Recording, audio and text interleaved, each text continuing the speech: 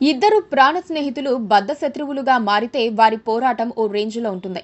ఇలాంటి కథతో చాలా సినిమాలొచ్చాయి. అలాంటి కథ అమెరికాలో రిపీట్ అవుతోంది. ఆ ఇద్దరు మిత్రులు ఎవరో కాదు, అధ్యక్షుడు Donald Trump, Tesla chief Elon Musk. America రాజకీయాల్లో కొత్త సూపర్ స్టార్ ఎలాన్ మస్క్ అని రెండోసారి అధ్యక్షుడిగా గెలిచిన తర్వాత ట్రంప్ పొగిడారు. ఆయనకు గొప్ప భవిష్యత్తు ఉంటుందన్నారు. కానీ హఠాత్తుగా ఆయన లేకపోయినా తాను గెలిచేవాడినని, ఇప్పుడు మస్క్ వ్యాపారాలకు సహకరించే వారిపై పన్నులు వేస్తానని హెచ్చరిస్తున్నారు.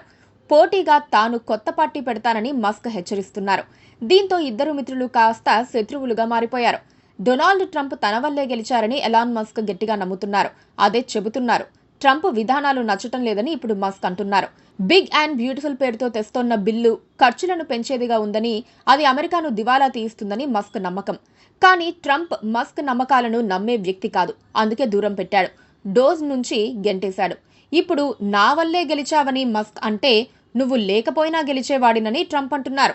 తనతో ఎవరైనా విభేదిస్తే వారిపై ప్రతీకారానికి దిగటం ట్రంప్ లక్షణం. ఇప్పుడు మస్క్ పైన అదే చేస్తున్నారు. మస్క్ వ్యాపార వ్యవహారాలకు సహకరించే సంస్థలపై పన్నులు వేస్తానని హెచ్చరించారు. రాబోయే రోజుల్లో విధించవచ్చు కూడా. అందుకే మస్క్ కొత్త పార్టీ పెడతానని హెచ్చరిస్తున్నారు. మస్క్ వ్యాపారాలన్నిటినీ నాశనం చేయాలని ట్రంప్ నిర్ణయించుకున్నారు. అలా అయితే తాను చేయగలిగింది తాను చేస్తానని మస్క్ హెచ్చరిస్తున్నారు. ట్రంప్ను దింపేసే సమయం వచ్చిందని అంటున్నారు. ట్రంప్ నిర్వాకాలపై వరుసగా ట్వీట్లు చేస్తున్నారు. ఈ ఇద్దరి యుద్ధం చూసి అందరూ ఏదో ఒకటి జరగటం ఖాయమని అనుకుంటున్నారు.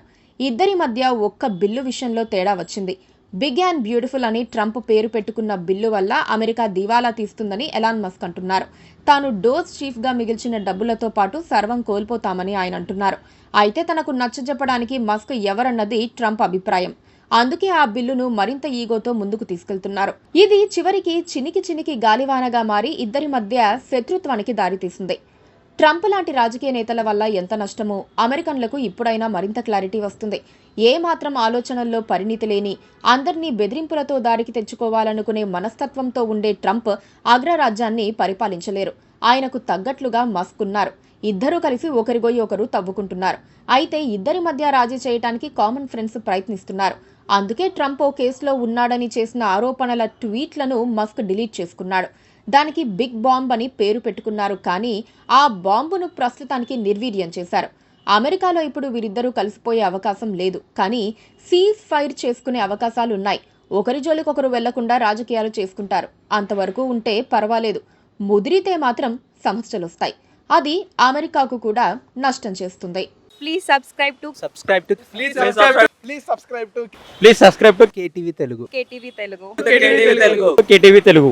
KTV Telugu channel.